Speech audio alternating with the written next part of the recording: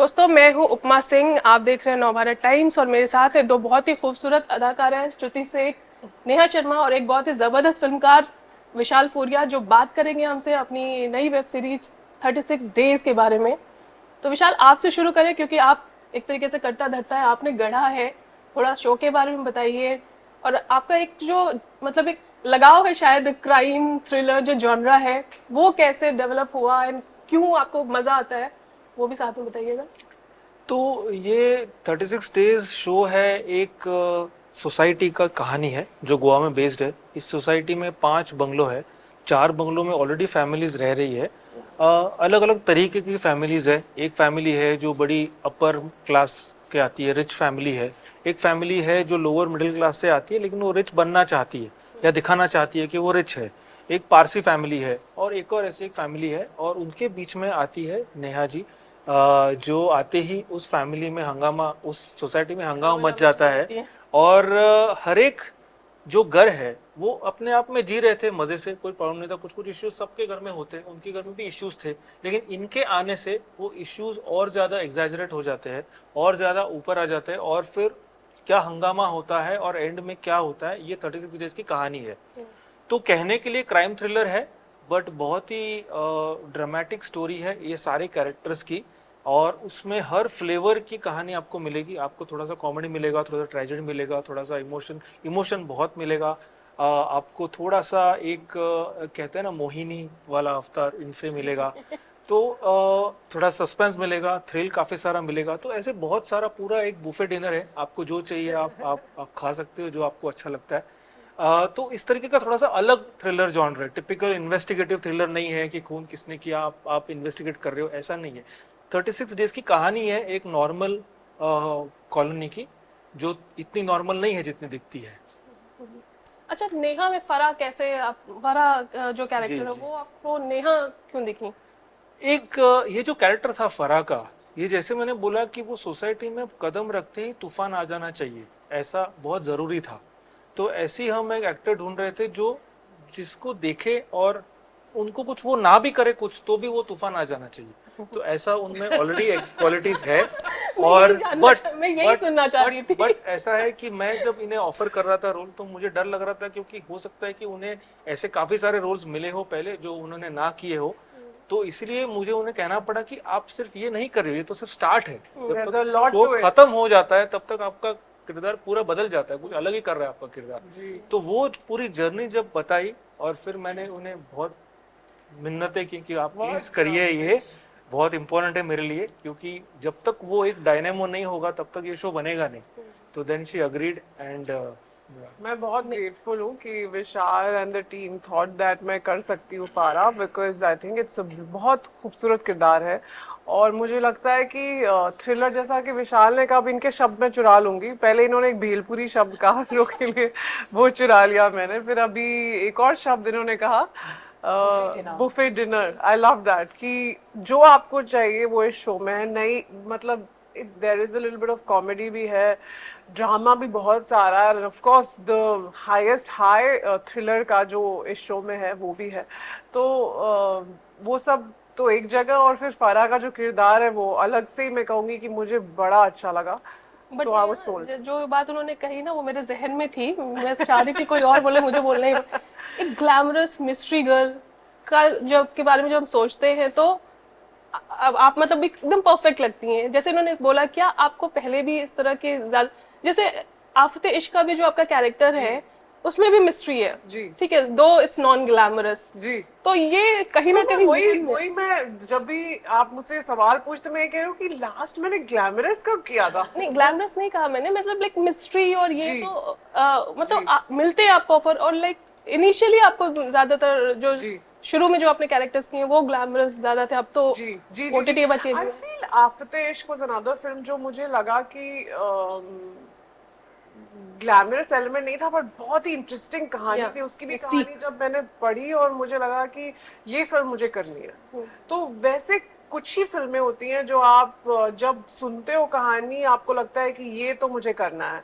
तो 36 डेज, आफत इश्क, ये सारी जो कहानियां होती बहुत अलग हैं। Like it's not the run of a mill की वो एक पैकेज है, ऐसा ऐसा है और ये है, बट आई फील लाइक उनकी कहानियां बहुत खूबसूरत है।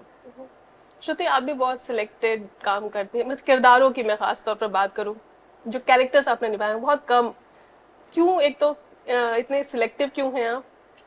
इतनी सिलेक्टिव क्यों हूँ मैं? अब मुझे काम नहीं मिलता, इसीलिए जितना मिलेगा वही करूंगी। ये तो Is that true? I don't know if I've been selective. I've just Man- done very niche for very like, जो भी आपने किया है बहुत ही कमाल के किए हैं, लेकिन बहुत कम किए हैं आई really फील। मुझे ऐसा मतलब I don't know how to answer this question. I suppose so. I think You feel you do a lot or you feel you don't? well, I would say that I've done a lot of interesting work Yes. with very very different sort of sets of people, and I think in the last 10 years with the OTT platforms, उनकी वजह से मतलब 10 years हो गए? नहीं, for me I would say I think I started with, I've done Forgotten Army, I've done 36 days right now. Just before that I did a show called Bloody Brothers. I did Dil Dosti Dilemma. I'm suddenly You're thinking I doing- think I've done a fair amount of Yeah, you've work. done a lot. I don't know why people are thinking I'm being selective. ये 2020 के बाद से है, बीच में आप वो comedy I think the ज़्यादा कर problem रहे is कि थे। मैंने जो टेलीविजन पे किया है that tends to overshadow everything else that I've done, क्योंकि वो ज़्यादा दिखा है और ज़्यादा चला भी है for multiple seasons and over the years. I think Shararat was a 4-year long sitcom. After that I did something called Sweet Life of Karan and Kabir, which again ran into 3 seasons. And Comedy Circus was going on for, I did almost there were Years. 17 seasons. So I think उसकी वजह से what I end up doing on OTT platforms इतना पता नहीं चलता, क्योंकि वो अलग अलग platforms पर आते हैं, and क्योंकि वो इतने लंबे नहीं चलते, वो याददाश्त में शायद नहीं आए, I don't know, but I don't know if I would say I've been selective. I would say I've been lucky that I've got the kind of work that I have enjoyed. And उसके अलावा I would just say that this new genre that I'm getting now is probably a second innings for me. मुझे बहुत मज़ा आ रहा है ऐसे characters करने के लिए जो मैं नॉर्मली मुझे कोई उसमें देखता नहीं है. And I would just like to thank all the makers that they decided to sort of take a punt and say, okay, no, we think Shruti will be able to pull this character off. तो I hope कि अब से मुझे ज़्यादा selective ना होना पड़े, पर बट ऐसा हुआ कि जैसे लाइक एक तरह के कैरेक्टर्स मिले हो, या इस वजह से आपने बहुत सारा ना बोलना आई थिंक मुझे ऐसा लगता है कि OTT पे एक्चुअली अब मौका ज़्यादा मिल रहा है नए नए कैरेक्टर्स करने का. Television was set in a certain kind of roles और आपको उसी तरह के रोल्स मिलते थे. अब एक्चुअली लोग अलग अलग टाइप्स की स्टोरीज बना रहे हैं, अलग टाइप के कैरेक्टर्स लिख रहे हैं, and I think the audience is really welcoming different kinds of content.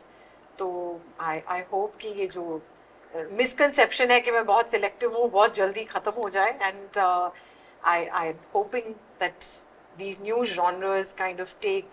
कैसा रहा आपका एक्सपीरियंस इस न्यू जॉनरा को एक्सप्लोर करने का? थोड़ा सा अगर कैरेक्टर के बारे में अगर वन लाइन में और कुछ आप I बता think सकें। Vishal and the writing team and of course the entire creative team has really gone in very keen detail के हम में से जितने भी कैरेक्टर्स रहे हैं उनको बहुत अच्छी तरह से उन्होंने एक तो आई थिंक लिखा है, उनका ग्राफ बहुत अच्छी तरह से डेवलप हुआ है थ्रू द स्टोरी, क्योंकि लाइक विशाल सेड कि हम सब when you see the first episode आपको सब एक नोट्स एक पर्टिकुलर लाइट में कैरेक्टर्स दिखाई देते हैं, और जैसे आप बाकी एपिसोड्स देखेंगे उनके अंदर अलग अलग शेड्स आने दिखाई देंगे आपको. And as the story moves forward and each family starts to unravel, आपको लगता है कि सारे कैरेक्टर्स का एक मोटिव होगा to do what happens in the final episode, and that keeps the audience guessing. So I think 36 days is going to be great for all of us, the director, the actors, the platform, and of course Applause and BBC, who've tried to constantly do interesting content for OTT platforms. Neha, आपके लिए भी क्या मतलब like एक decade आपने films में बिताए हैं, बट आपको लगता है कि जो आपका जो एक्टिंग पोटेंशियल था, जो रियल टैलेंट था, वो ओटीटी आने के बाद मेकर्स ने देखा? पहले शायद सब आपकी खूबसूरती में ही खोए रहे। आई फील ये जो दो स्पेशली जो दो OTT शोज मैंने किए हैं उसके लिए तो मैं बहुत ग्रेटफुल हूँ, क्योंकि दोनों ही मुझे लगता है कि बहुत करीब हैं in my 15 years now in the industry. मुझे लगता है कि ये दोनों बहुत स्पेशल हैं। इलीगल उस वक्त लिखा गया था जब आई थिंक OTT शुरू हो रहा था, तो शायद बहुत सारे एक्टर्स नहीं करना चाहते थे OTT, तो I consider myself lucky कि वो मेरे पास आ गया, because I think people would have been picky कि OTT करना है या नहीं करना, because it was very vague कि यार वो किस जोन में जाने वाला है। तो उस वजह से मैंने इलीगल किया and I am very grateful. अब हम सीजन 3 पे हैं और 36 days आई फील लाइक, पता नहीं विशाल एंड द मेकर्स उन्होंने मुझे कंसिडर किया, बट आई फील लाइक बहुत कमाल की कहानी है। पहले तो मतलब थ्रिलर्स मुझे वैसे भी पसंद है, बट मुझे लगता है इसकी कहानी अलग है। और नहीं, बट Murder क्वेश्चन mystery- है कि लाइक इनिशियली जो 10 years थे, जी। क्या आपको लगता है उस टाइम पे कुछ मतलब उस वो टैलेंट को नहीं देखा, या कुछ ऐसा होता है कि मुझे ये हम लगता है कि there are 2 ways to look at it. या तो मैं कह सकती हूँ कि मुझे और बेहतर काम मिलता और चीज़ें कुछ और होती, ऐसा होता वैसा होता, बट फिर मैं जब कुछ लोगों से मिलती हूँ और मुझे पता है कि बॉम्बे आने वाले कितने हजार लोग होते हैं, शायद मुझसे भी टैलेंटेड होंगे जिन्हें ब्रेक तक नहीं मिलता है। So I feel like somewhere I consider myself lucky कि मुझे वो ब्रेक मिला। और अभी क्या नहीं मिला उसके बारे में मैं नहीं सोचती हूँ, क्या मिल रहा है उसके बारे में सोचती हूँ, और आगे क्या कर सकती हूँ टू गेट बेटर वर्क, बस यही है। अच्छा होता अगर और अच्छी फिल्में मिलती, बट जो मिला है I have been very grateful. Vishal, आपने भी वो जो ये जो जॉनरा है उससे जो आपका जुड़ाव है एज अ क्रिएटिव पर्सन, वो मतलब क्या चीज़ आपको बहुत उसमें लाइक किक मिलता है या इंटरेस्ट करता है? मैं थोड़ा सा टेक्निकल इंसान हूँ, मुझे टेक्निकल चीज़ों में बड़ा मज़ा आता है।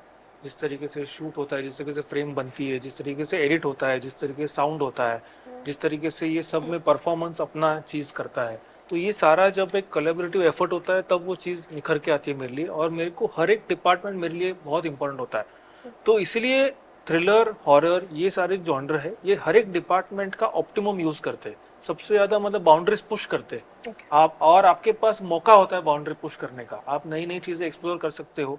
आपको एक सर्टन टेम्पलेट में नहीं रहना है, आप अलग तरीके से चीज़ों को प्रेजेंट कर सकते हो। कास्टिंग में की बात करो तो एक्टर्स को भी आप अलग तरीके से प्रेजेंट कर सकते हो, जो टिपिकल तरीके से वो काम कर रहे हैं उसके अलावा आप उनको कुछ अलग नया रंग में दिखा सकते हो।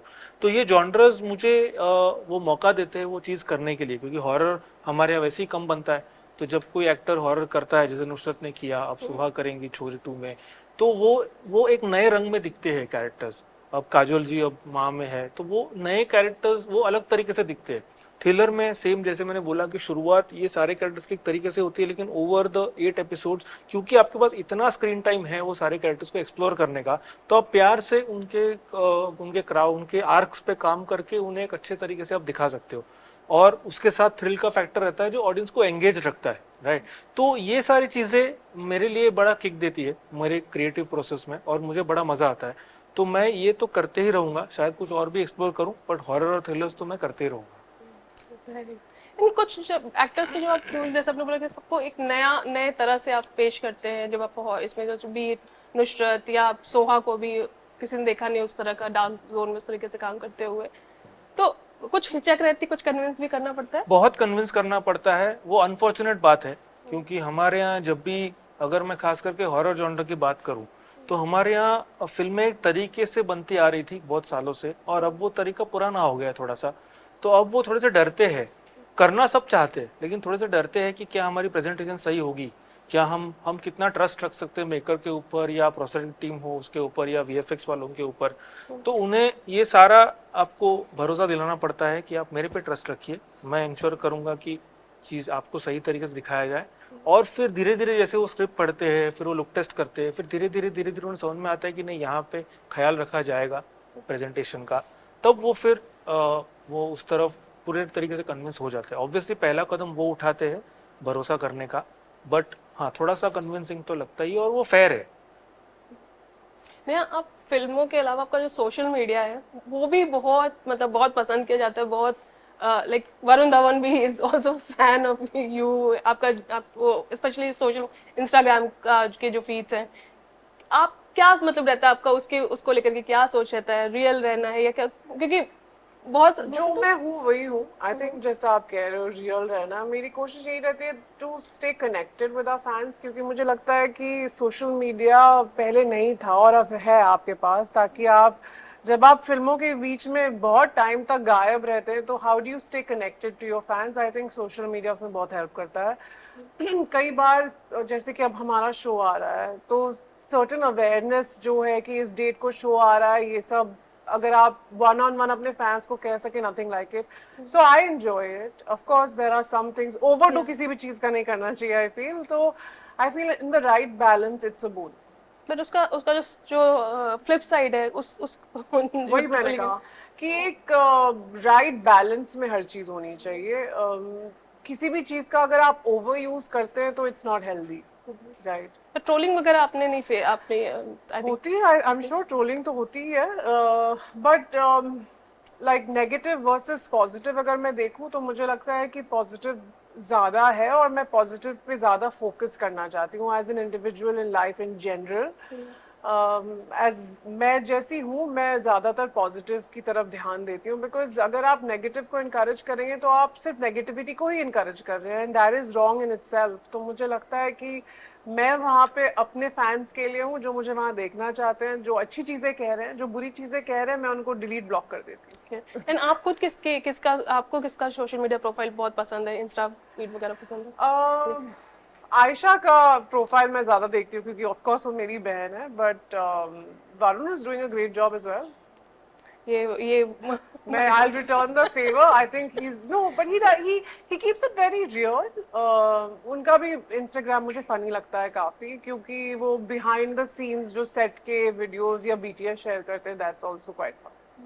श्रुति, आपने बहुत एक लंबा अरसा इस एंटरटेनमेंट इंडस्ट्री में रहा, एक मैं कहूँ फेजेस देखे आपने, टेलीविजन, फिर फिल्म्स, फिर अभी ये OTT का। आपको जो ये दौर है, ये क्या लगता है कि पहले से बेटर, किस तरीके से आप देखते हैं इस जर्नी को? I think I feel each era has its own merit. You know, एक time पर television was and still is अभी तक the maximum, if you were to call penetration, that happens in the heartland of India happens on television. Other than that, now, weirdly enough, I think the second most popular way to connect with people is through social media, क्योंकि सबके पास phone है, सबके पास internet है, and I think the good thing that happened with OTT was that I feel कि वो television was starting to get stuck in a certain kind of programs, क्योंकि मतलब whatever are the workings, you know, now it's big data, back then it used to be TRPs, उसके मुताबिक एक ही type के shows बनते थे। Rishta.com back then जो it was very much OTT. Yes, and they did tell us that this show is way ahead of its time. Yes. So then it came back and it was on an OTT platform, and that's when I think people watched it a lot. तो उस वक्त it was in 2010, it was ahead of its time in the way it looked, the way it was projected, the storyline, the way characters were written. लेकिन I think OTT has really opened up storytelling across the board. तो मुझे लगता है कि वो जो एक genre है जो एक ही टाइप का था टेलीविजन पर, और जिससे एक सर्टन फटीग आ गया था एक्टर्स में भी, क्रिएटर्स में भी, डायरेक्टर्स, राइटर्स, सब में, कि एक ही प्रकार की कहानी आप लिख रहे हैं, एक ही टाइप के डायलॉग बोल रहे हैं, वो एक ही चीज़ कैमरा कर रहा है, उससे शायद सभी थक गए थे। तो the good thing is that while that still holds, और अभी भी है, एंड आई होप हमेशा कायम रहे, OTT से राइटर्स को, डायरेक्टर्स को, एक्टर्स को जो नई अपॉर्चुनिटी मिली है, ऑडियंस को जो नए जॉनर्स एक्सप्लोर करने का मौका मिला है, that has been the biggest win in my opinion where entertainment and content is concern. And आपका जो शरारत है आइकॉनिक जी। रहा है, उसको कुछ आई थिंक आप लोग रीहैश करके कुछ, बिकॉज बहुत like खिचड़ी का हुआ and हाँ, लेकिन मुझे लगता है कि लोग बोलते रहते हैं कि आप शरारत का एक दूसरा सीजन करेंगे कि नहीं। हम तो वेट कर रहे हैं सब, हम मरने को तैयार ही नहीं है। हमने कहा हम जब तक दूसरा सीजन करेंगे तब तक हम सब जिंदा रहने वाले हैं। लेकिन बात ये है कि आई थिंक शरारत was special at a certain time for a certain kind of people. I feel that has changed. That time is gone. So to try and bring back something which belonged to a certain time, I don't know if it'll hold today. एक तमन्ना है और सब बोलते हैं अरे of course हम देखेंगे, लेकिन मुझे लगता नहीं है कि लोगों का भी थॉट प्रोसेस वैसा रहा है। एंड अब ऑनेस्टली जो ऑडियंस है उनके पास इतने एवेन्यूज हैं, इतना सारा कंटेंट देखने के लिए, क्योंकि उस वक्त सिर्फ there were 4 primary broadcasters. Now there are innumerable spaces to get content. तो अब वो जो शो उस वक्त पॉपुलर था उस तरह का और उससे कई बेहतर फैंटास्टिकल जॉनर में फिल्में आ चुकी हैं, शोज आ चुके हैं। So I am not so sure if it will have the same impact anymore. अच्छा श्रुति, एक और चीज, आपने हमेशा खुद को चैलेंज किया as an actor, if I will say राजनीति में भी जो आपने किया, and I was reading your interview जिसमें आप कहते हैं कि आई होप कि ये लोगों को ये चीज़ समझ में आए कि मैंने एक चैलेंज लिया है एंड ये ऐसा ना हो कि ये टाइपकास्ट हो जाए, बट क्या ऐसा हुआ? जी, ऐसा बिल्कुल हुआ। मैं वैसे टाइपकास्ट हो गई और फिर मुझे वैसे ही रोल्स बहुत सारे आए जिसमें हमेशा मैम इस शो में बहुत बोल्ड है उसने ओके। लेकिन you know there was a reason why I had said yes to Rajniti, because I think Prakash Jha is a fantastic filmmaker and उनकी कहानियाँ हमेशा मुझे बहुत उन्होंने बहुत प्रभावित किया है। तो मैं उनके साथ काम करने में बहुत अपने आप को खुशकिस्मत समझ रही थी। एंड उसके अलावा yes, to be able to play a character of a power hungry political worker who's willing to do anything to get that one ticket, I think मेरे लिए उस वक्त मुझे याद है वो जो सीन मैंने किया था अर्जुन रामपाल के साथ, वो सीन करने के आई थिंक 30 दिन पहले मैं एक रात नहीं सो पाई थी, because I was so nervous that I don't know if I be able to do it the way it's meant to be done. I hope it will be aesthetically shot and on set मुझे पता चला कि मुझसे ज्यादा nervous Arjun Rampal थे। He was even more nervous, he had not slept for 50 nights. So I think for both of us we were like oh my God, I don't know how we are going to film this character and this scene, but that's when the filmmaker comes into play, that for him I think the scene mattered so much and he wanted it to be presented in a way that kept both actors comfortable, and he wanted us to be able to portray it as realistically as possible but maintaining a certain aesthetic. उसके बाद वो एक film आई, मुझे बहुत ओ my God ये क्या कर दिया है तुमने रिएक्शंस मिले, एंड फिर उसके बाद for I think 3 years straight, I just got calls to play characters जिनमें bold scenes थे. And that's why And I had to then tell people that I did not do it for a bold scene, I did it for a film. So if the scene adds to the film, which is something Neha actually said earlier, that if a scene adds to the narrative of a story, then every actor is happy to do it. But if it's being done as a force fit, कि हाँ एक bikini का shot डाल दो या एक kissing का scene डाल दो, if it's not impacting the story, why would I want to do it? And क्योंकि आपको सिर्फ ऑडियंस को टिटिलेट करना है, for an actor that is not, it's not exciting. I don't need to do that. It doesn't show my prowess as an actor. तो जैसा कि आपने कहा, जी हाँ, बहुत वैसे ही रोल्स आए जिन्हें मुझे ना कहना पड़ा, and it is what happens to all actors. आपने फेस किया है टाइप कास्टिंग एंड आपको भी ना कहना पड़ा हो किस तरीके का? नहीं, एक्चुअली टाइप कास्टिंग मैं अभी श्रुति की जब स्टोरी सुन रही हूँ तो मुझे लगता है इन्होंने बहुत ज्यादा काम किया है, तो शायद if you do so much work then there is a potential of type casting. I don't think so. I don't think so. I've been typecast because the kind of roles I've gotten are different. Yeah, rom-coms में मैं fit बैठती हूँ लोगों के हिसाब से, तो बहुत सारे rom-coms आते हैं, but you say no too many? To very similar films, yes. Like if there's a brainless comedy जहाँ मुझे कुछ नहीं करना है, पेड़ों के आसपास सिर्फ डांस करना है, तो after a point you're like, यार नहीं. But otherwise I love rom-com, nothing against it. I like to watch comedies myself, but एक limit में ही कर सकते हैं. Can't be so एक लंबे समय तक की हीरोइनों से यही कराया गया ना, पेड़ों के इर्द गिर्द नाचो, खूबसूरत दिखो. मेरा लास्ट क्वेश्चन है आप तीनों से कि इस इंडस्ट्री में आपके हिसाब से कुछ बदलाव, एक बदलाव अगर हो जिससे ये इंडस्ट्री और बेहतर प्लेस हो सकती है, बेहतर वर्क प्लेस हो सकती है, तो क्या है? बदलाव तो आई थिंक ओटीटीज ने थोड़ा बहुत लाया है, Correct. बट अब फिर से लोग बिजनेस की तरफ जा रहे हैं क्योंकि वो कुछ करना चाह रहे थे, वो शायद कुछ चीज़ें अब हो नहीं पा रही है उनके हिसाब से. तो अब मेरा कहने का ये है कि ऑडियंस, इंडिया की ऑडियंस बहुत ज़्यादा है और वो बहुत तरीके के कंटेंट देखती है. आप एक ही तरीके के कंटेंट अगर बार बार बनाते रहेंगे तो ऑडियंस थोड़ी सी बोर हो जाएगी, वो फिल्म हो या सीरीज हो या कुछ भी हो. तो आपको वैरायटी देनी पड़ेगी क्योंकि अब वो इंटरनेशनली ग्लोबल कंटेंट जो है वो सारा देख रहे हैं और उसमें बहुत वैरायटी होती है, उसमें सब तरीके के जॉनर का काम होता है और वो सब हमारी ऑडियंस देख रही है. हो सकता है कि थोड़ा कम ज्यादा देख रही हो लेकिन देख तो रही है. तो उन्हें आपको ये सारा चीज देनी पड़ेगी. एज एन इंडियन कंटेंट भी आपको ये सारा चीज ऑफर करनी पड़ेगी. तो आपके पास मौका है ओटीटी में कि आप बहुत सारी चीजें कर सकते हो. फिल्म्स में भी अब लोग थिएटर में भी जाना पसंद करते हैं अगर कुछ नया कॉन्सेप्ट हो तो. जैसे अभी लेटेस्ट एग्जांपल मुंजा का हम बोल सकते हैं, right. Munjya is a very big hit क्योंकि वो एक नया कंटेंट लेकर आई, नया आइडिया लेकर आई, राइट. उसे स्टार्स की जरूरत नहीं थी. तो ऐसे फिल्म्स और ओटीटी दोनों में अब हम ऐसे मुकाम पर आ गए जहां ऑडियंस बहुत ही अवेयर है कि क्या वो देखना चाह रही है. वो बिल्कुल भी टाइम पास नहीं करना चाहती गंदे कंटेंट पे. आप अच्छा दो तो प्यार से आएंगे और आपको सारी प्यार मोहब्बत पैसे सब कुछ देंगे. लेकिन आपको पहला एफर्ट आपको डालना पड़ेगा, बिलीफ रखनी पड़ेगी मेकर्स में. जब वो कुछ नया कॉन्सेप्ट लेकर आते हैं तो उसमें बिलीफ रखनी पड़ेगी. तो आई थिंक अच्छा दौर है. थोड़ा सा सिर्फ बिजनेस ना सोचे, बिजनेस तो होगा ही. अच्छी जलेबी बनाओगे तो बिकेगा, सिंपल है, उसमें कोई ज्यादा सोचने की बात नहीं है, राइट. लेकिन एक ही तरीके की जलेबी बनाते रहोगे तो फिर थोड़ा वैरायटी तो ऑडियंस को भी चाहिए क्योंकि बाकी लोग दूसरा बना लेंगे फिर, है ना. आप पीछे रह जाओगे. तो अगर वो सारा चीज अगर सही होता है तो आई थिंक टाइम तो अच्छा है.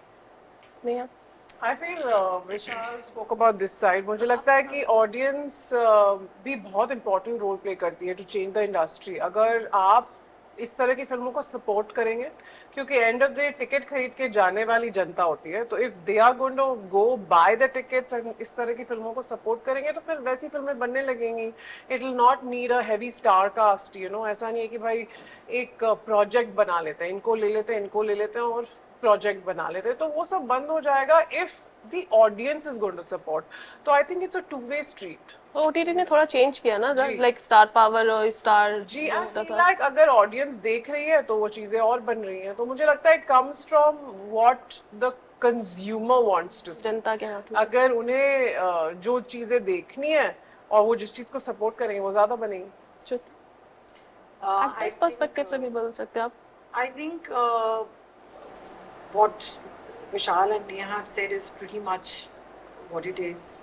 You know, the audience of course decides कि कौन सा content ज़्यादा बिकेगा. आप जो जैसा कि उसने कहा, जहाँ पर आप अपने पैसे डालेंगे उसी टाइप का content बनता जाएगा. So you have to be very discerning कि मुझे किस तरह का content देखना है. At the same time, for people who make content, they need to start hedging their bets and offer different things for the audience to choose from.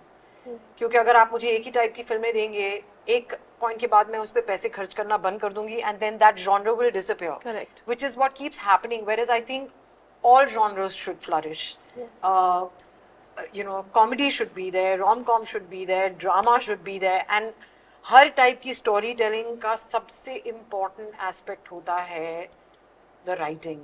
So I think that is the one thing that we have said for years. Please invest in writing. अगर आप अच्छी scripts लिखेंगे तो अच्छा content बनेगा and audience will always love something good. Like Vishal said, अगर आप अच्छी जलेबी बनाएंगे तो वो बिकेगी, पर अच्छी जलेबी बनाने के लिए आपको अच्छा बैटर चाहिए. So you need to write. Please invest in writers. He's very hungry now. and yeah, I know, you just brought it to my And I was thinking विशाल के सारे जो ये मेटाफर्स हैं, ये सारे Vishal's metaphors are fabulous, खाने by पे the जा way. रहे हैं ना. सिर्फ. So I hope that the audience gives opportunity to content creators to make more and more good work. Yeah. And maybe all benefit All the best, guys. The very Thank best you. for the show. Thank you so very much. much. Thank you so much. Thank you.